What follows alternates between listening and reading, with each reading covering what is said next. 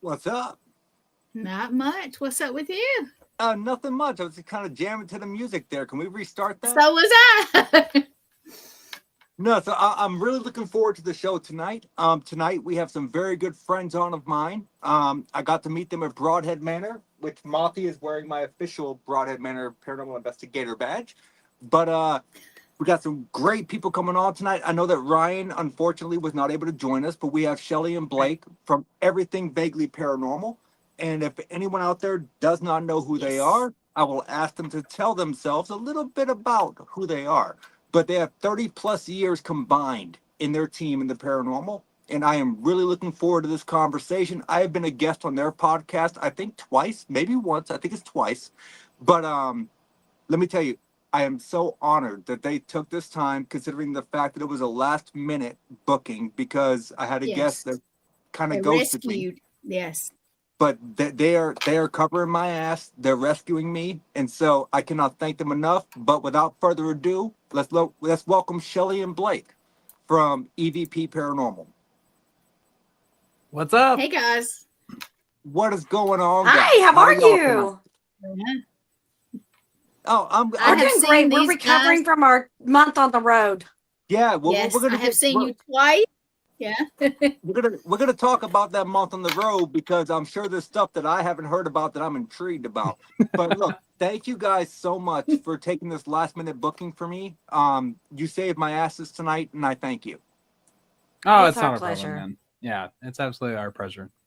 So I think I've been on your show once. I've had you on once. I think once. Mm-hmm. Yeah. Okay, so I know I've been on a lot of podcasts, so I can't exactly keep track. That's okay. Yeah. But let me tell you, like, when I met you guys at Broadhead, like, you guys exceeded my expectations. As far as I have met people that I've been on their podcast before, and they were completely friendly to me, but when I met them in person, they were complete dicks. Mm-hmm. Happens a lot. Well, I hope you can say that we're the same in person as we are on the podcast. We're loud, absolutely. we're funny, we're kind of dirty most of the time. We can make anything a dirty joke. So yeah. Yeah. I mean, yeah. let's be honest. That's why we put up this. If you don't have a dirty mind, you're covered. If you don't have a dirty mind, then is it really funny? No. Well, No, see, I mean, good. our rule is like, you know, we love what we do. We have fun doing what we do, and it is serious whenever it gets serious. Don't get me wrong, but we're gonna have fun with what we do We too. are. So, I mean, we're gonna kick back, have a good time, host a party at an investigation, whatever, you know.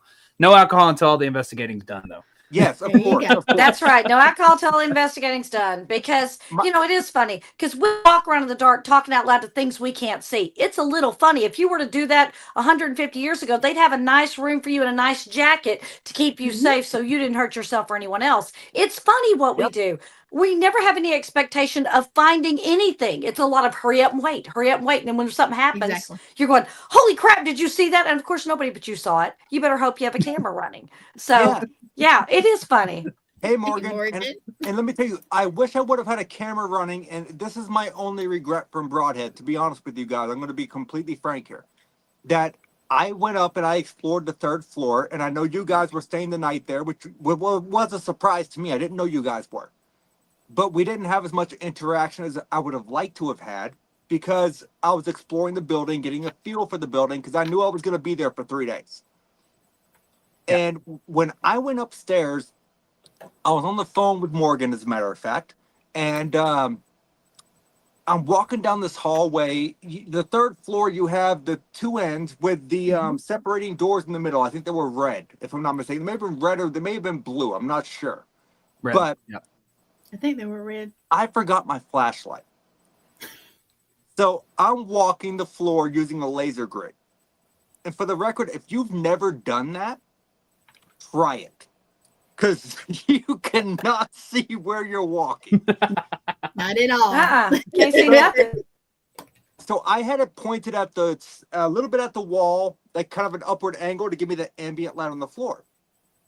And I saw a shadow that darted from that far, I guess if you were looking at it from I would say the east doorway. It completely covered the square window in the door and then went through the doorway. And I was like, what the fuck was that? And I hear Morgan over the phone. She said, you just saw a shadow. I said, I did. And she was like, well, what was it? I'm not sure. Let me go check. So I entered the threshold of where those 2 doors would meet, and the bar that was on the door lifted up and slammed down as I was walking by it. And as I'm investigating that, trying to figure out maybe the bar got stuck and it just happened to fall at that precise moment. Maybe it got stuck. I don't know.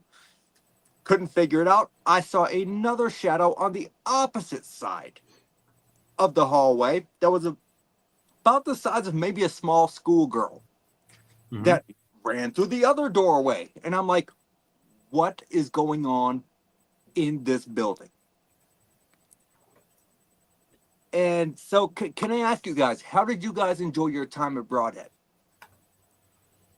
Oh, we always enjoy our time at Broadhead. Broadhead is one of those that we when we go to, it just doesn't disappoint. So Hey, we Dan. love to explore the building and go have fun just about in every location that we can get off into and sneak away to.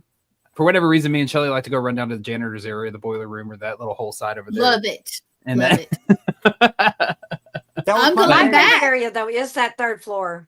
yeah, that's what I was just about to say. Our favorite area is that 3rd floor. So I knew they had the embalming table there from the original funeral home. And the original plan was for me to sleep one night on the embalming table. But unfortunately, as we all saw, it was covered with one of their props from their haunted house. So I could not do that, but I really wanted to. So before we get any further into this conversation, though, I want to ask you guys, for the people out there that are watching that don't know who Everything Vaguely Paranormal are, I'm going to start off with Blake, and then Shelly, you can answer afterward. Who are you guys when it comes to the paranormal? Like, what got you into it? Was it a calling, or did you have an experience? We all kind of have a little bit of a similar story, so to speak, starting off at young ages, I guess you could say. For me personally, I've always felt something that I couldn't explain. So I always tell the story about, I remember being at my mom's house sitting on the couch, and I just feel something in the room shift, and I just start looking around. She's like, "What?" I'm like, "I don't know. Somebody just walked into the room." She's like, "Nobody walked in the room." I'm like, "No, somebody just walked into the room." And she's like, "Okay." And then that led to 2 days after my great grandmother passed away. I woke up in the middle of the night and she's standing at the foot of my bed. I mean, just right there. And my brain did that real quick thing of like, "Oh, it's you. Wait, oh shit, you're dead." And that is the thing that really turned it for me. And I was like, what did I just experience? What did I just see? What is this? And so started watching stuff, started trying to learn as much as I could. And that's kind of where it kicked off, I guess you could say. And I would always do the local legends around town or anything like that, little mom and pop investigations, as I called them, until I linked up with this one and the trusted third wheel that we got, and started investigating the lot bigger places. And then from there, it just, everything I used to experience has just exploded. All this debaucherous shit happened. Yeah. My life was forever changed when I met Satan's mistress. I love it. So Shelby, what's your story? I've you know, it's funny. I always laugh about this because a lot of people say they have this origin story. I've kind of been doing this since I got here. I remember from a very young age, my most vivid first memories of seeing things was I was 4 years old, and that's the earliest memory I have. But when I was little, my mother would put me in my room as an infant, and she said I would not sleep in that room, that I would scream all night, scream all night, scream all night, would not sleep in this particular room. But when I was 4 years old, I used to see, and this was an every night thing. It wasn't a dream, because a dream would happen here or there, not every night. But every night after everyone would go to bed, I would lay in my bed and I would see what my 4-year-old brain determined were goats, like billy goats, that would walk back and forth in front of the door of my room. They never came in the room, but they would go back and forth. So every night after she put me to bed, I would lay there, and within a few minutes of the house going quiet, I would see what looked like these goats, all different shapes and sizes of these goats walking across. And I would always get scared, and I would always grab my little stuffed puppy dog and my stuffed kitty cat. And as soon as there was a break in the goat parade, I would run in and get in the room with my, run and get in bed with my parents. My parents got very tired of this. They would always start taking me back to the room. As soon as they would clear, here came the goats again. Well, the last night that I ever slept in that room, something different happened. One of the goats stopped, and it looked right in the room at me. And then it kind of morphed, and it did this snake-like movement all the way up to the top of the door, and then it fanned out up in the corner and perched. Yeah, that's not creepy. And it scared me. It scared me. And so I grabbed my stuffed puppy dog and my stuffed kitty cat again, and I was ready to make my break and go through the door back to my parents' room. And I was getting ready to get off the bed, and my doll that was at the end of the bed fell off the bed. It was a cloth body doll. Falling off the bed, of course, I could have kicked it. I could have, moved the covers and it fell off. But what happened next wasn't. Even as a child, I knew this wasn't right. It fell off the bed, and then it rolled and hit the other side of the room and hit the wall. Cloth body doll isn't going to roll. No. So I just immediately jumped. I didn't care. I ran in there in my parents' room, and I begged them not to put me back in that bed. And they didn't. And when my brother was born, not too long after, they tried to put him in that room, and he screamed all night long. So from the time that I was 4 until I was 9, and my brother was an infant until he was 5, and we moved out of that house, he and I slept on the pull-out bed in the living room, because neither one of us would sleep in that room. Something that was attached to that particular space. Mm-hmm. Yes, and what's funny is, even laying in the living room on the couch, I could watch these goats. Goats, again, that's what my brain interpreted them as. Goats go back and forth in front of that room again. When we moved out of that house, we moved across, there's a creek that separates the old house from the new house, same piece of land. But I never saw them again after we moved into, but I saw them up until I was 9 years old. So it wasn't a one-time thing, it was a recurring thing. So I've kind of always been doing this. I was always the kid that would walk into abandoned buildings, because when I was younger, you could just go off and go wander. So I would go off and go wander, and I would walk in, and I would look for ghosts. So I don't know. I've always seen strange things. I've had weird experiences, pretty much ever since I've got here. So I think I was kind of born to do this. I don't know. We'll see. That's a fair enough answer. So can I ask you said there was a creek that separated the property from where you originally lived to where you moved, correct? Yes. So, do you think that flowing water had anything to do with that as far as the kinetic energy that was being input into the environment?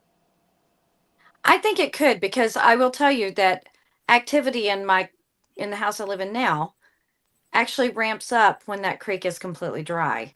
I have an imp Interesting. that is in my house. There's an imp. He does all kinds of crap. He aggravates me. I have to tell him to knock it off. But for the most part, he doesn't hurt anything. He just aggravates me. He'll move keys. You know, everybody has the routine. When they walk in their house, they set their keys somewhere. They put their shoes somewhere. I set my purse down at the same spot.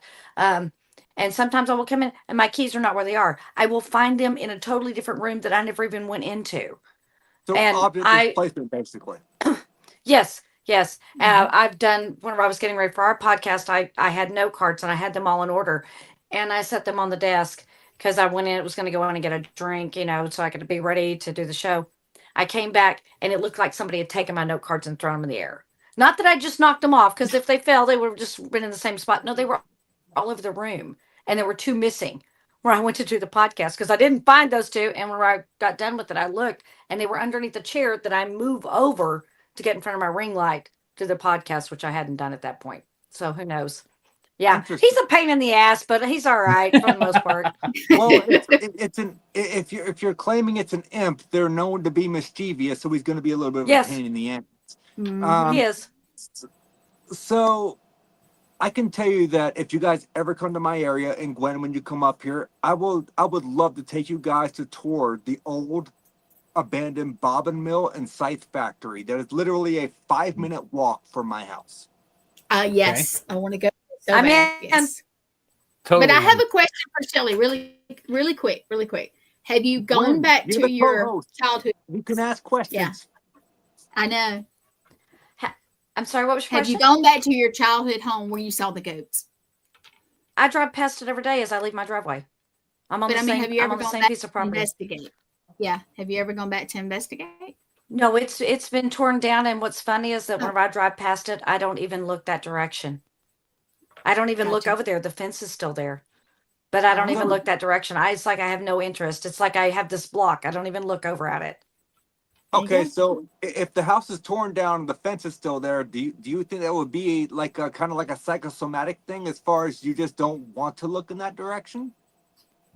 Probably. It's an old stone fence that was built by my dad's grandfather, and it's a rock fence. So it was the only thing when a tornado came through our property that survived up there. The rest of the house that was up at the top of the hill was blown away.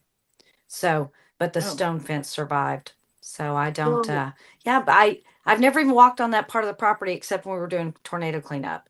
And I still didn't go to the place where my room sat. I just didn't want to. I didn't, you know, I figured they were behaving and they were being good. There was no need for me to rile them back up. That's So- true. That's very true. That's very true. So, Blake, have you ever had an experience when investigating, like that you went to a location expecting nothing, Mhm. and the location blew your mind as far as the experience that you had, and what location was that? Shelly knows exactly where I'm I about to go with I this. know what you're love going to to tell ask because this more- is a great story. I It asked is. multi-part questions. Y'all just get No, used it's all good. It's Yeah, all we good. got you. Yeah, so we actually have a location that we have. We've done a lot of work with. It's the historical foundation in my hometown, and we have investigated the historical museum. It's the Gray County Historical Museum, and the very first night that we went in there, we were not expecting anything. Of course, we have the kind of theory like, you know, museums are one of the most haunted things you walk into because you got all these artifacts that meant something to somebody with a lot of emotion and energy that's tied to them. So we're like, all right, maybe we'll get something. I think we were just a few hours into our investigation, and we're running an experiment in what we call the common room. The only reason why we call it is because all areas of the museum feed into this one area, and it hosts items and artifacts from people who donated spaces that the museum uses today. So we're asking questions, and I'm pointing like to my left with the camera. Shelly's to my right. And on the screen of the camera, I see this light starting to illuminate the room. We're in pitch black. And I'm in my head, I'm like, what is that? And I just hear Shelly going, this door's opening. this door is opening. She's standing right in front of a door. She's like, this door is opening. And she just goes, this fucking door is opening. And so like I He wasn't spin the listening camera. to me. I was so into the experiment that we were doing. I was like, I could hear what she was saying, but my brain was not registering. So I spun the camera around. And yes, the door did in fact open maybe about 10 inches, 8 to 10 inches, somewhere in there. And we're trying to figure it out. We're like, all right. So I walk around and I stand right in front of the door. Again, we've only been here for a couple of hours. And we're trying, Shelly goes, that was not me, blah, blah, blah. And I just so politely on camera just go, close that door for me, please. And we watch it just go, and it closes with force enough to latch it back. And so, of course, the whole group that was there, we were like, whoa, whoa, you know, doing all that stuff. Because how often do you get on command activity? You don't. Except for me It's and Shelly, rare. we go busting through the door, and we're like, we're going to figure this out. So we spent the next 45 minutes trying to recreate it, putting it back in the same position. We're trying to see if it's uneven, if its foundation is what's on concrete slab. It's not foundation issues. It's not any of this. We're checking for air currents, ceiling fans, AC, all of that stuff. None of it's on. We bumped the AC up so it wouldn't turn on. We couldn't figure it out. So we put it back in the same position. And me and Shelly are like begging almost. We're like, try to close the door again. Come on, close the door again. Close the door again. And it moves again on camera.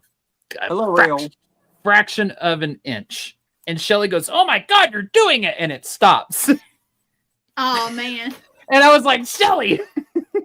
But you know what? I believe it was shut up, Shelly. Yeah, it was.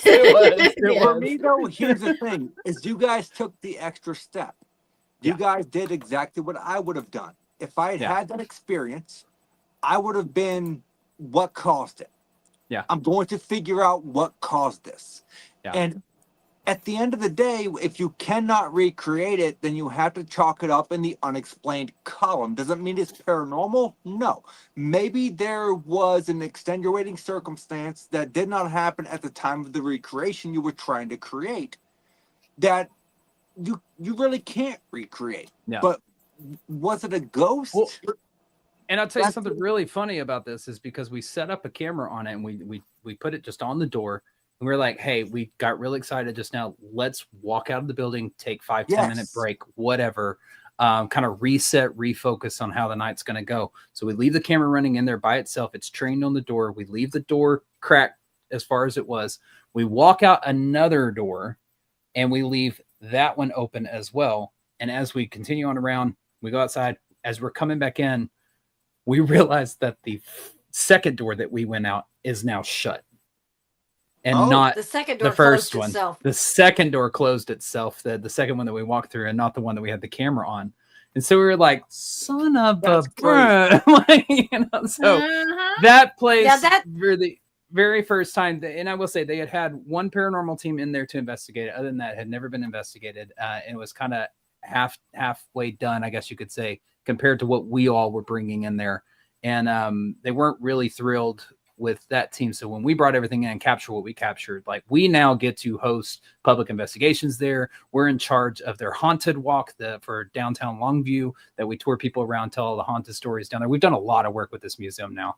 And I think we investigated Shelley, 17 times now. And almost every time we try to recreate that door closing, and we still to this day cannot get it recreated. We've never recreated it. And also there's a lot of stuff that happens with that door. There's a couple of Estes methods we've done where I've been in the Estes method and I said, by the door. And right as I say it, the door rattles like somebody's pulling it back and forth, even though we have it closed.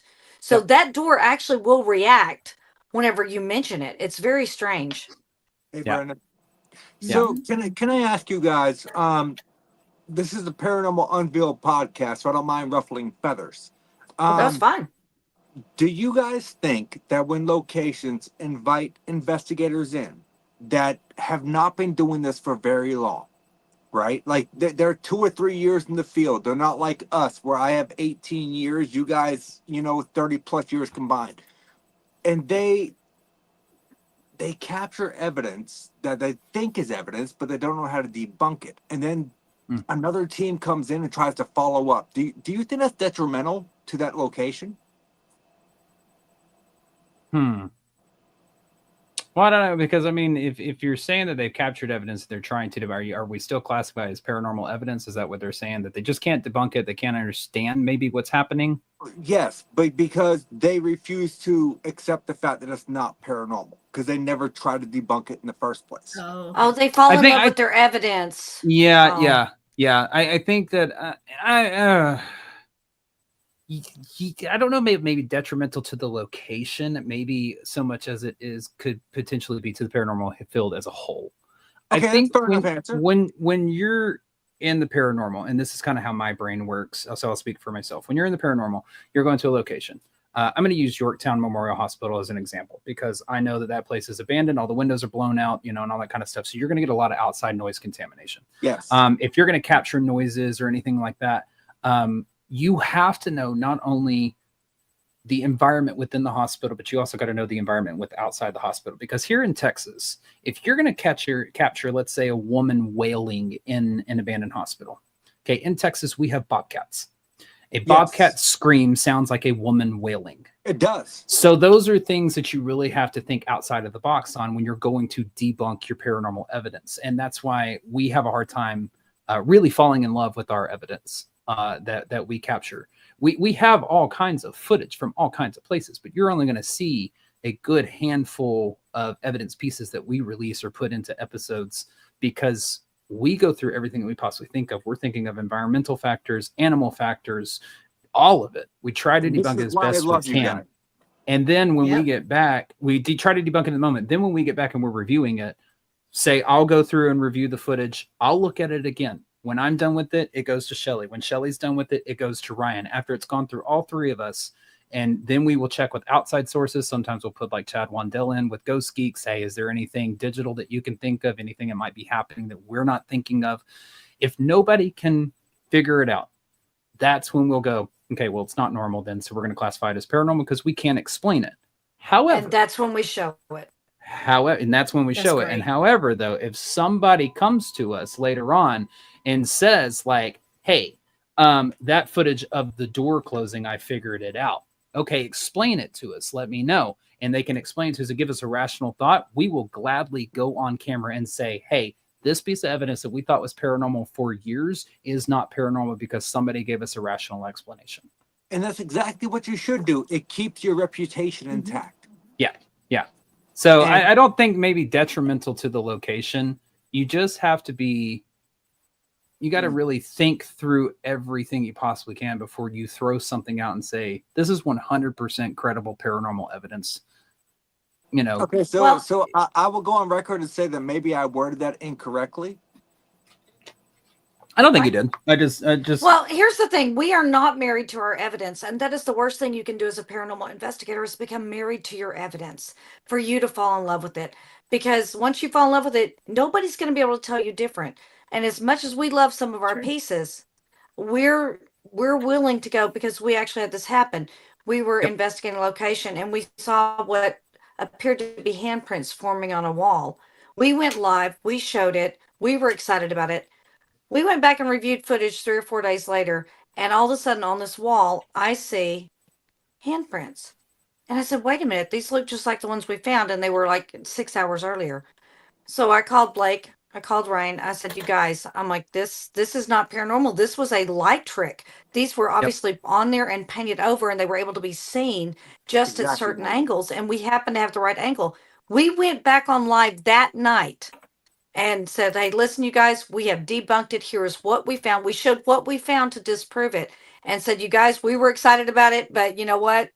We've debunked it. We have no problem debunking our own stuff because our credibility, of course, is number one. That's the most important thing to us. Yes. And that's the thing is this shows your credibility. And that's why I think that me, you, and your whole team get along so well because I am, you know me. I am a debunker. I would debunk anything I freaking can. Yeah. But I can tell you that, Shelly, you were in the room for an experience that we had at Broadhead. You know what I'm talking about, the cat ball. The cat ball, yep. I still do not know how that cat ball came off of the shelf where it had been sitting for almost 2 hours and rolled across the room. And we're not anywhere near it. Not anywhere near it. I was looking at the witch dice that Bill's husband made, and I think you were looking at something Right. in the floor that could have been a trip hazard, if I'm not mistaken. You thought it was a crease in the floor. I was on the other side of the room from it. I was on the complete other side of the room looking at a Yeah. doll. Was it a doll? I was looking at a doll on the wall. I was looking at her in her yeah, case. that creepy thing. But anyways, Yeah, you were on the same side of the room as the ball, and I was across the room. Yeah, but we stomped around. We even jumped, and nothing would cause this ball to roll off this shelf. And I wish we had had a group of people in there when it happened. So you guys, which room is this? The doll. Because I'm room. going back next week. The gift shop. Yeah, gift shop. shop's doll room, which Bill knows I hate dolls, and I have a feeling that's why Oh, yeah. that's why he stuck me in there. Well, love if you guys Bill will and let me Chad. know Probably. privately where it was, when I go next week, I'll put one up there and see if we can't get it to do something with a camera on. Oh, there you go. Rock on. Go to the midpoint of the room where you have the table, and it's going to be to if you're facing the table, facing the window, left side. There's going to be a little shelf there. All right. Sit it on the shelf. It's right by the elevator. All right. I'll get with you guys and say, this it? Oh, So, crap. yeah. I keep forgetting there's an elevator there because it was covered up by a shelf. That's right. I mean, we didn't have to walk up those stairs all those times. We could have just taken the elevator. It Oh, no, doesn't you have work, to. does The it? elevator doesn't work. The elevator Yeah, doesn't work. elevator don't work. No. You don't want to step into that. I still could have tried. You might go, what? No. I still could have tried. So let me ask you: Does EVP Paranormal? Do you guys only deal in ghosts, or do you guys deal with other aspects? Like do you guys delve in cryptids? Do you delve in ufology, or you guys just strictly ghosts? Nope. That is why we call ourselves everything vaguely paranormal, because if assume. it Mhm. touches the paranormal on our podcast, we're going to discuss it. We're going to dive into it. We're going to try and figure it out. We're going to tell you stories, present evidence if we have it. But no, we cover a vast array of things, from hauntings to cryptids to ufology to aliens to true crime. Even we do true crime as well. I knew that. So Yep. yeah, we cover a wide spectrum of stuff. We have a little bit of something for If everybody. it's vaguely paranormal, we'll talk about it. Even if it's So that's- vaguely, that's why that's our name. Yeah. I Yeah. kind of felt a little bad because the initial night that we had the meet and greet at Broadhead, there was someone who came over and talked to me, and I'm like, well, I'm waiting on someone to come and pick me up at the moment. And they were like, well, where are you going? I'm like, well, I'm gonna go out to Bray Road. I'm in Wisconsin. I need to go and see the Bray Road. Like, I want to know where the brief of Bray Road came from. Well, that person left the event to go and see Bray Road. Oh. I mean, not much I can do about that, but did you guys happen to make a trip out there to see Bray Road while you were in town? Of course you did. We didn't. No, we didn't make it out there.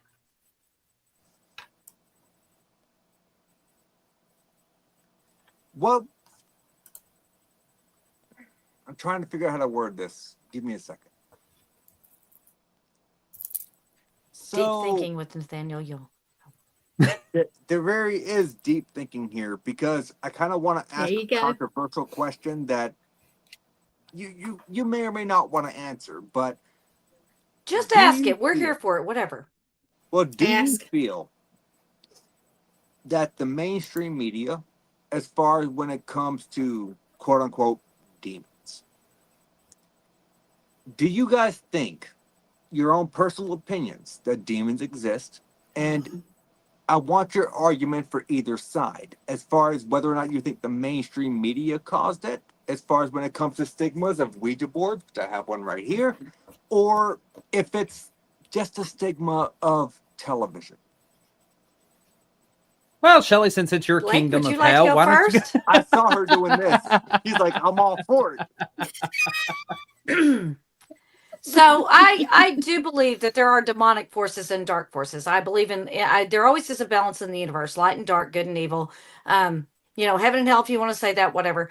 I do believe in the balance, so I don't believe you can have one without the other. If you believe in angels, you also need to believe in the counterpart.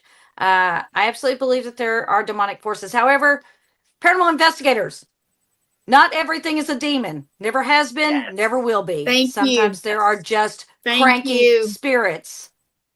That And part. if you go calling everything a demon, you are killing your own credibility. Stop it. Yep. Stop it. Thank you. Yep. Yep. Let me tell Yep. you, I have Preach. personally been involved in many investigations where people told me that they were being, I guess you could say, infested by demons because they had scratches, they had bruises, they were hearing knocks. And when you go in there, you have to look at it like this. If the person that was living in that location prior to you living there was a nasty person in life, they're going to leave behind a nasty energy that's going to do the same thing that what you quote unquote demonic entities will do, but you may not get the sulfur smells. You may not get the when it comes to poltergeist activity, you're not going to get these perfectly circular puddles of water if you go by the Hans Holzer aspect. But I don't believe that demons are as common as the mainstream media wants people to believe they are, but it makes a good selling point for TV. Yes. However, it's a detriment to the people out there doing the real work. Yeah. Yeah. So I'll put my 2 cents in. I absolutely Please. 100% believe that there are demonic entities exist. I out of the three of us, me, Ryan, and Shelly, I'm probably the one that delves the most into demonology. It fascinates me. It's an area that I feel like if we're going to be doing this, I believe that they are real. I feel like we should try to be as armed against everything as we possibly can. Now, in saying that, I am not one to help rid of a demon or anything like that. That's not my area of expertise. That's why we travel around with the ordained minister. Nope. But there's a few points that I want to make. Me, Ryan, and Shelly have now done over 120 investigations together. There is one place that we even remotely think could be demonic. And the only reason why we believe that is because we've investigated that one probably over 30, 35 times at this point. Ooh. And we have walked yes. in, collectively. We have walked in Shelly has walked in on summoning paraphernalia in a circle, candles, all that kind of stuff. We have found black feathers just kind of laying around, signs and symbols that more than just paranormal investigating is happening in this place, that there's some type of other chaos being brought in. Not only that, but the things that we have gotten. Shane, I see your comments, and I will get to those in 100. I will get to those in a second. Just carry on, Blake. So, but not only that, through the spirit box, through my spirit dice, through all other kinds of things, we have been able to pick up clues, I guess you could say, along the ways. When you put all these clues together, it starts pointing to very specific entities that have been documented throughout time, so to speak, that are, from the Ars Goetia and demonic entities and stuff like that. So it's really the only way. And we still have an issue saying that is 100% demonic. We're like, well, we think, okay, there's a lot of signs that point to it. But we're talking one place out of God knows how many we've been to. So we're talking about what 1%, let's say, of our investigations that we believe to be a demonic entity at. So and then on we top have a of lot that, of. well, and on top of that, what was I going to say with like the scratching and all that kind of thing, and going back to what Shelly says, that not everything is a demon.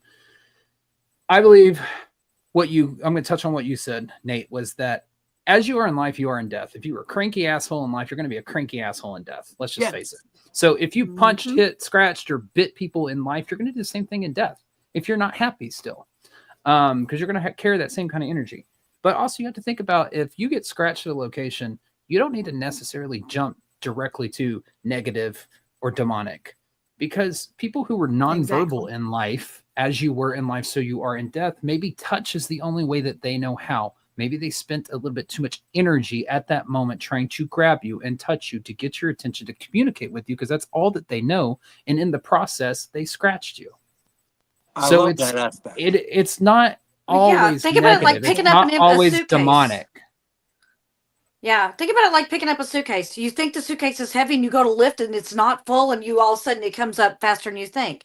That may be the same energy Yep. they're expending to try to touch you and don't realize they did too much and now you've been scratched or you have a mark on you. That doesn't Yeah. always mean that they're trying to harm you.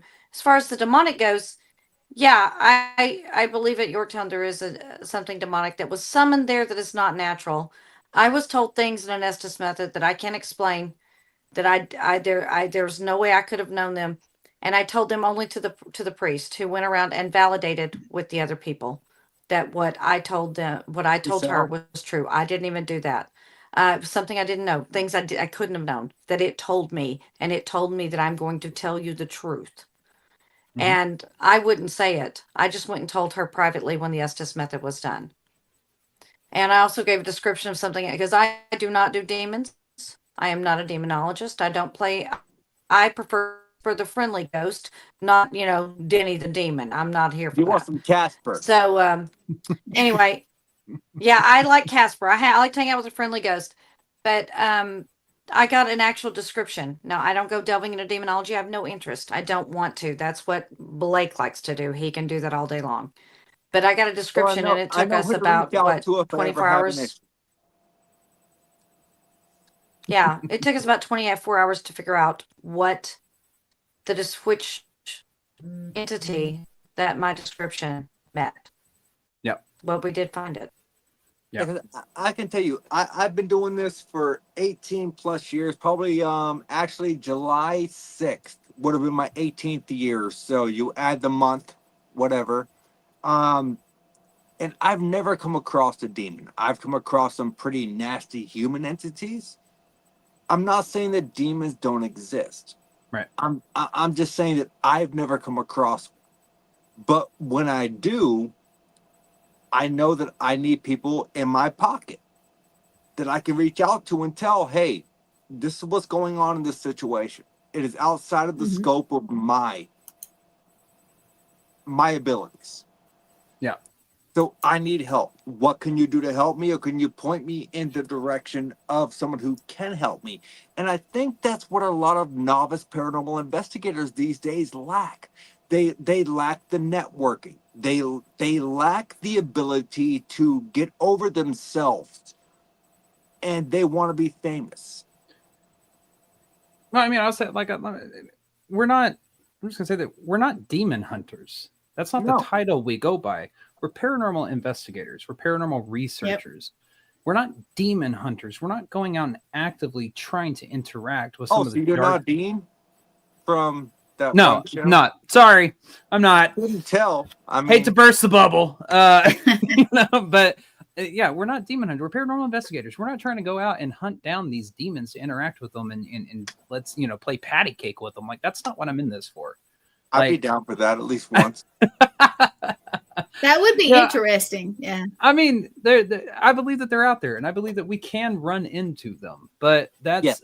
I think that's an illusion that a lot of novice investigators want to go out and do, is because they're seeing things, going back to your thing about mainstream media, that is being pushed in the mainstream media, whether it's Hollywood, whether it's on Discovery, whatever, that everything comes back to a demon, and we want the biggest, baddest, scariest thing because that somehow proves yourself to the paranormal. No, it doesn't prove yourself It to the doesn't prove paranormal. anything.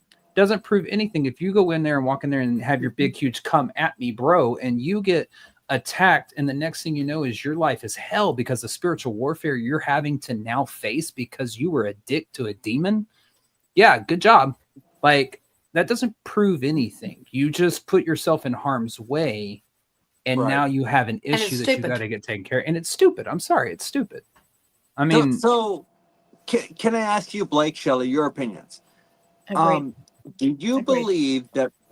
believe that spirit boards or Ouija boards are as evil as most people make them out to be? Because I don't. I believe that a ton of experiences can be linked to the ideomotor effect. And I think that whatever people are contacting, they saw a television show or a movie, a Ouija, good example, or let's go back to the Amityville Horror. They think that if they contact a spirit through a spirit board, that it's inherently evil. That's not the case. no. No, I agree with that, because if they are inherently evil, then what I do with reading spirit dice would be inherently evil, because I'm basically a Yes, Ouija board same without the concept. board. It's the same concept. It's the same Right. concept It's all, across they're all the board. summoning tools. It's If all you the think same about it, thing. using a voice recorder is the same thing. It's a completely summoning tool that you are trying to use to contact an other realm that we don't even know exists, but we're trying. Yeah. But inherently, it's the same device, just in a different format. Here's my kind of take on it. Is the board itself inherently evil? No. Now, when somebody gets the board out and they go to play with it, and they're novice and they're just, let's say, having a sleepover and having fun.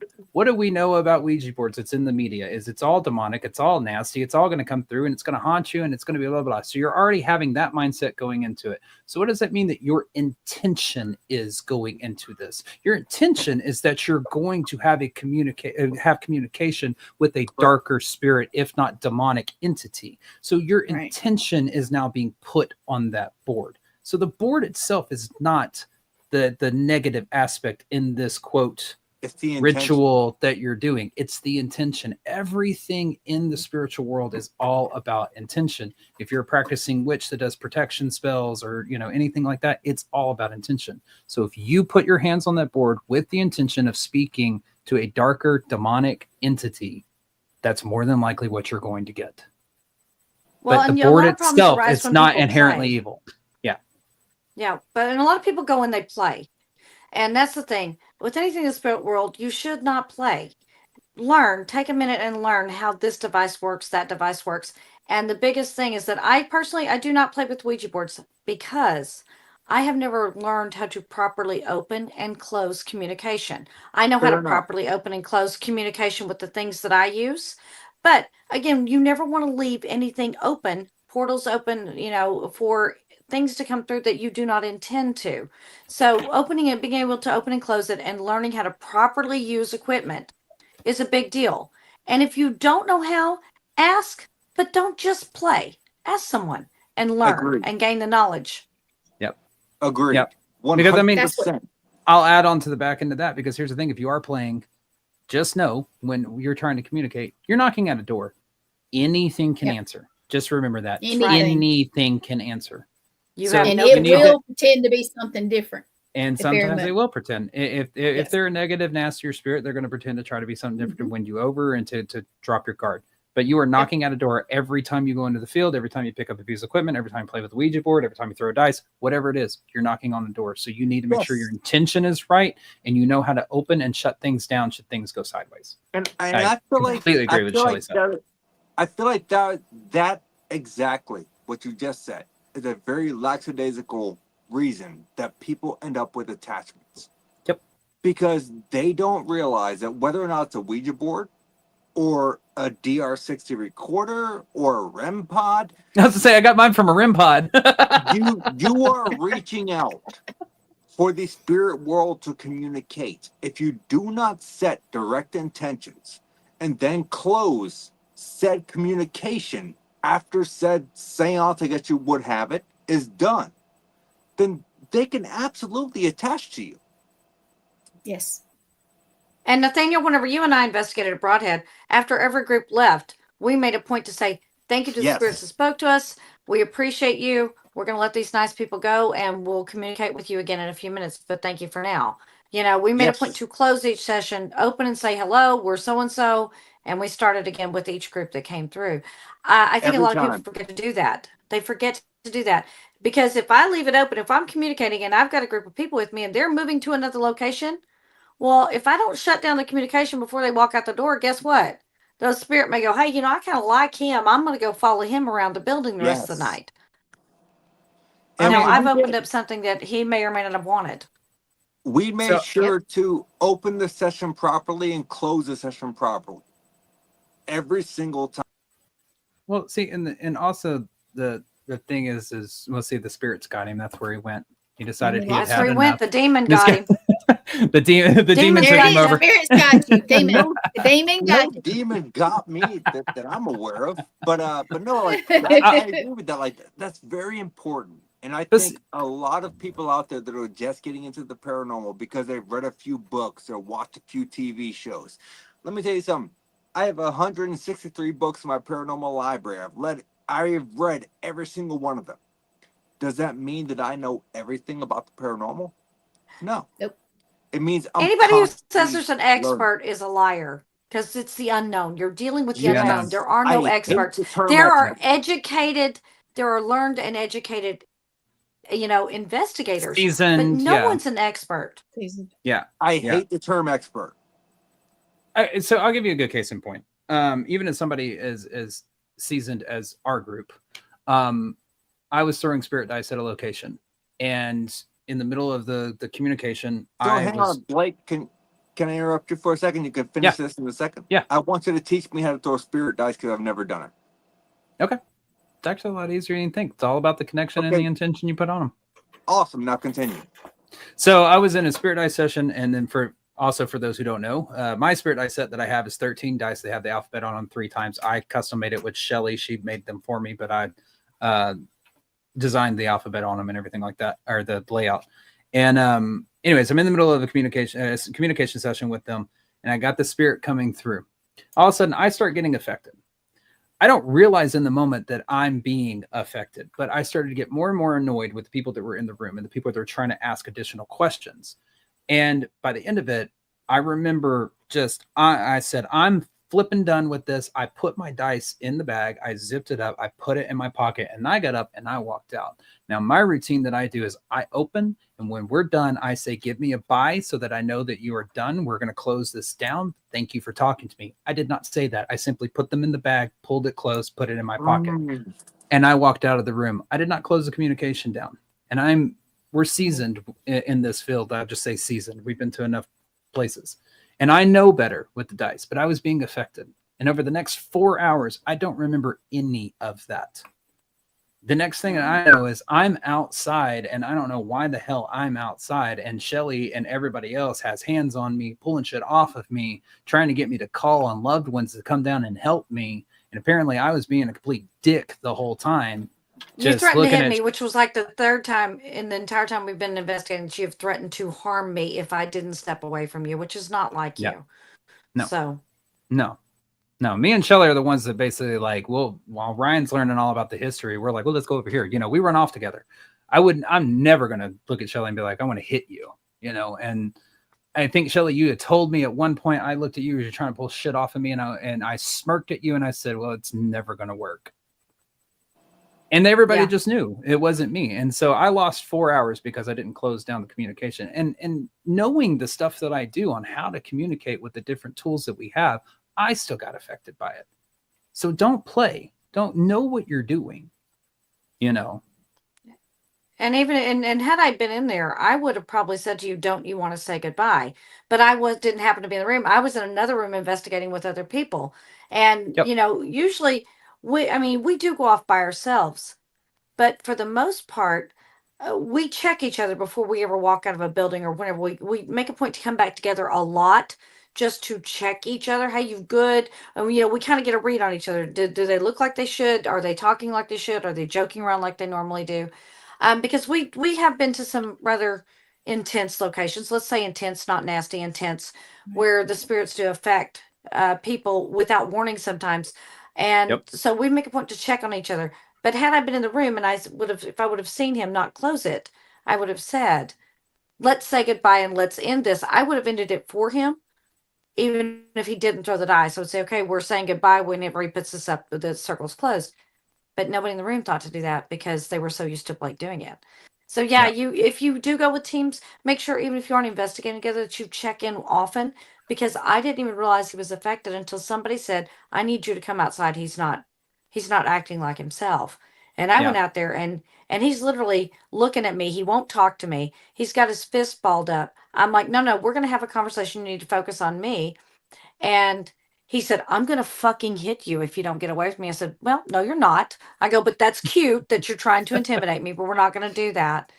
And it took me about 20, 30 minutes to figure out what route to get him to consciously come back and communicate with me.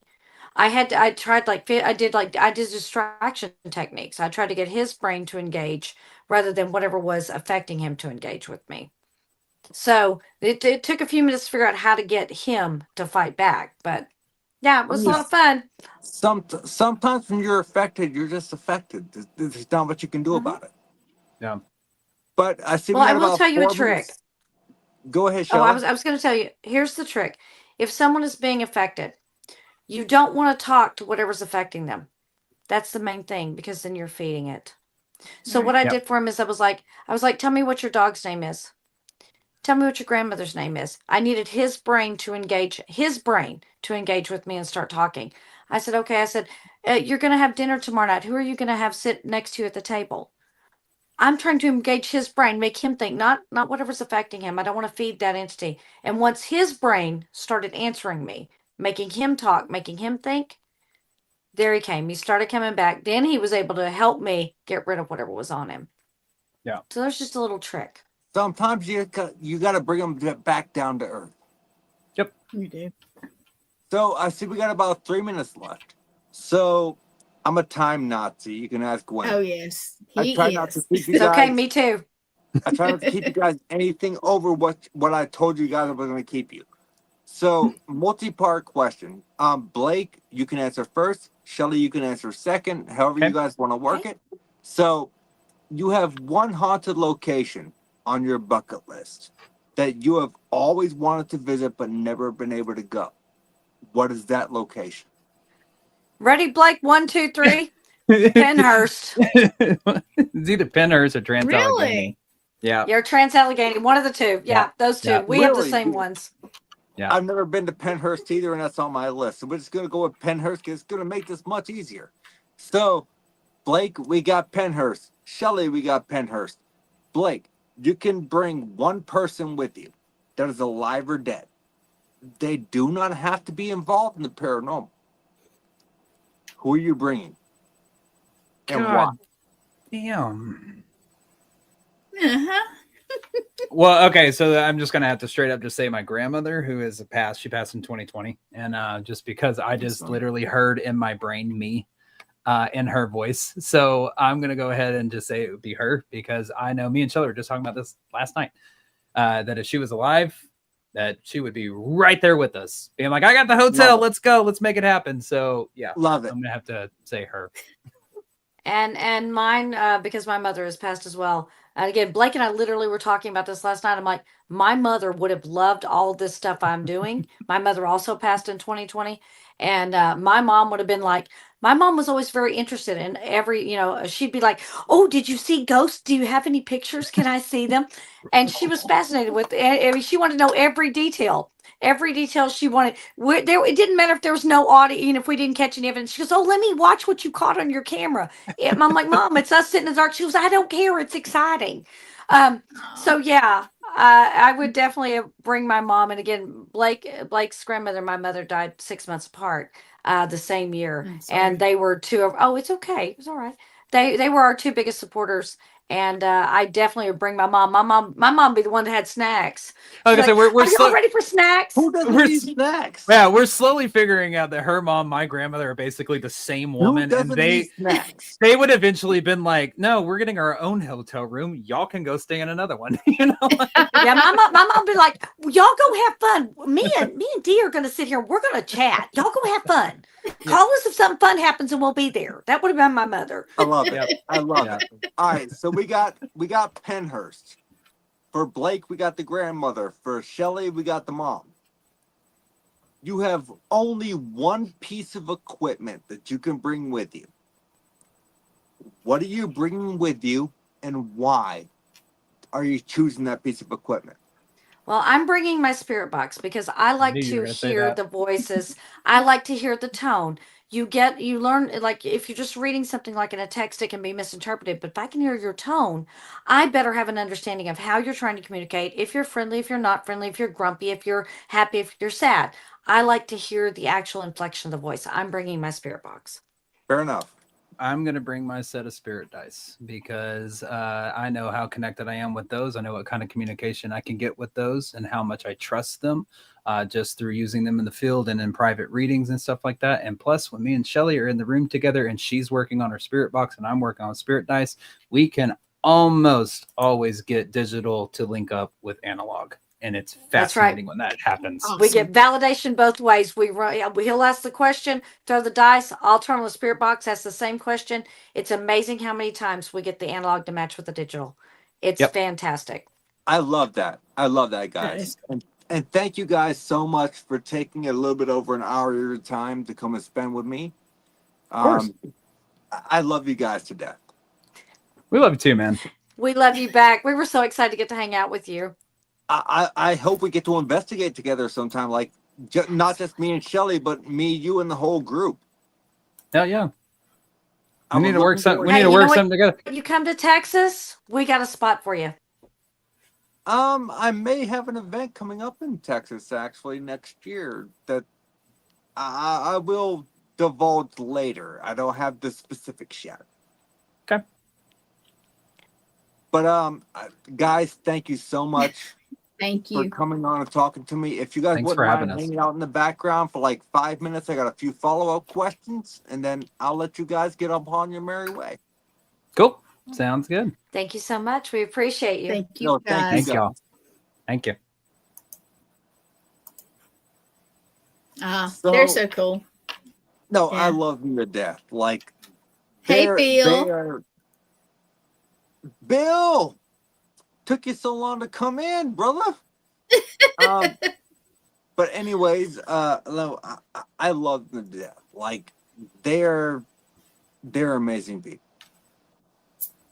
and I look forward to working with them again. And I don't know, like, I'm at a loss for words because there's really not much I can say about them that doesn't. You? Yeah, me. I'm joking. I was excited when you told me they were coming on. I was like, yes, yes. So, some of No, the guests, like- I'm like, okay. Yeah, I know. And some of the guests may or may not be questionable, but that's neither here nor there. But they are amazing. Like, Yes. I love everything vaguely paranormal. I think they do everything 100% the way that I would do it. And so I hold them in very high regard. I understand. I do. But for everyone out there watching, we're a little bit over the hour mark. This was the Paranormal Unveiled podcast, and you joined us with everything vaguely paranormal. And join us next week. I'm just going to go ahead and use the old cliche from the 70s. Same bat time, same bat channel. Good night. Good night, everyone.